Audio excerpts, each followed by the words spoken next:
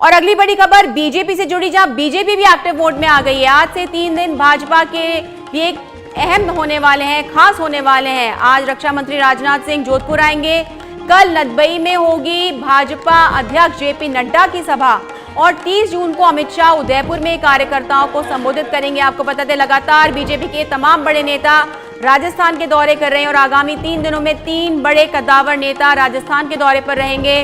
3 दिन बेहद खास है बीजेपी के लिए, जहां पर आज रक्षा मंत्री राजनाथ सिंह जोधपुर आएंगे, कल नदबई में बीजेपी अध्यक्ष जेपी नड्डा सभा को संबोधित करेंगे और 30 जून को गृह मंत्री अमित शाह उदयपुर में कार्यकर्ताओं को संबोधित करेंगे।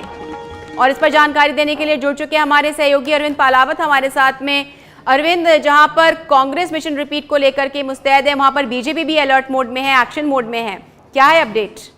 जी बिल्कुल, देखिए इस तरीके से मुख्यमंत्री अशोक गहलोत हो चाहे पूरी कांग्रेस पार्टी को महंगाई राहत शिविरों के नाम पर जगह जगह दौरे हो रहे हैं। तो उसी तर्ज पर अब भारतीय जनता पार्टी के लिए आज से 3 दिन जो है वो काफी महत्वपूर्ण है, क्योंकि आज सबसे बड़ी बात है कि रक्षा मंत्री राजनाथ सिंह है वो जोधपुर आएंगे। इसके बाद में कल जेपी नड्डा की नदबई भरतपुर में एक सभा होगी और उसके बाद में 30 जून यानी 30 जून को अमित शाह जो है वो उदयपुर में आएंगे और वहां पर एक सभा करेंगे। यानी भारतीय जनता पार्टी के 3 बड़े जो नेता हैं वो राजस्थान में अगले 3 दिन में दौरे करेंगे आज से। तो ऐसे में कहीं ना कहीं भारतीय जनता पार्टी अब वापस से एक जो माहौल है, जिस तरीके से कांग्रेस पार्टी ने एक माहौल पूरे राजस्थान में खड़ा किया है, जिस तरह से मुख्यमंत्री अशोक गहलोत हर एक जगह पर महंगाई राहत शिविर में जा रहे हैं, तो ऐसे में अब कोशिश है कि जो केंद्र की 9 साल की जो भी कामकाज है, उन कामकाजों को लेकर के और केंद्रीय नेता जो है वो जनता के बीच में जाएंगे, लाभार्थियों से संवाद करेंगे। 9 साल में सरकार ने जो 50 विधानसभा सीटों की बात की जाए तो फिलहाल यहाँ पे किसका दबदबा और कौन से जाति विशेष या समुदाय को साधने की कोशिश की जा रही है?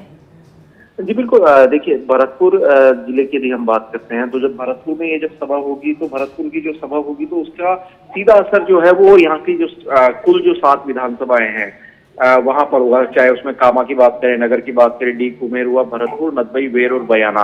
तो ऐसे में भरतपुर में जब सभा होगी कल, तो भरतपुर की सभा के साथ ही इन तमाम सीटों को साधने की कोशिश होगी। साथ ही जब भरतपुर संभाग मुख्यालयों पर ये जो सभा हो रही है, तीनों जो मुख्यालय है वहां पर जब सभा हो रही है, तो उसका मतलब है कि आसपास के 2 से 3 जिले जो हैं वो उसके अंदर शामिल किए जाएंगे। यानी वहां के जो कार्यकर्ता है उनको भी इसमें टारगेट किया जाएगा। और इसी तरह से जोधपुर की यदि हम बात करते हैं तो वहां पर भी यही हालात है। और इस तरह से कुल 50 के आसपास जो विधानसभा सीटें हैं वो अगले 3 दिन में कवर करने की जो योजना है वो भारतीय जनता पार्टी के आला जो नेता है उनकी रहेगी। और इस तरीके से जैसे यदि हम बात करते हैं भरतपुर जिले की, तो भरतपुर में कई जो सीट है वो एससी के लिए रिजर्व है। तो ऐसे में वहां पर एसटी वोट बैंक हो उसको साधने की कोशिश की जाएगी। उदयपुर में यदि बात की जाती है तो वहां पर आदिवासी बहुल क्षेत्र है, ट्राइबल बेल्ट है, तो ट्राइबल्स को किस तरीके से भारतीय जनता पार्टी अपने साथ लेकर के आएगी, क्योंकि उदयपुर के साथ ही डूंगरपुर हुआ, राजसमंद हुआ, ये अरविंद, तो कुल मिला के जितने भी जातीय समीकरण है उन सबको साधने की कोशिश की जा रही है, वोट बैंक को रिझाने के प्रयास लगातार जारी है। तमाम जानकारी के लिए बहुत बहुत धन्यवाद। तो ये थे हमारे सहयोगी अरविंद, जिन्होंने बताया किस तरह से भाजपा जो है तमाम राजनीतिक समीकरणों को ध्यान में रखते हुए विधानसभा सीटों के वोट बैंक को साधने की कोशिश में जुटा हुआ है।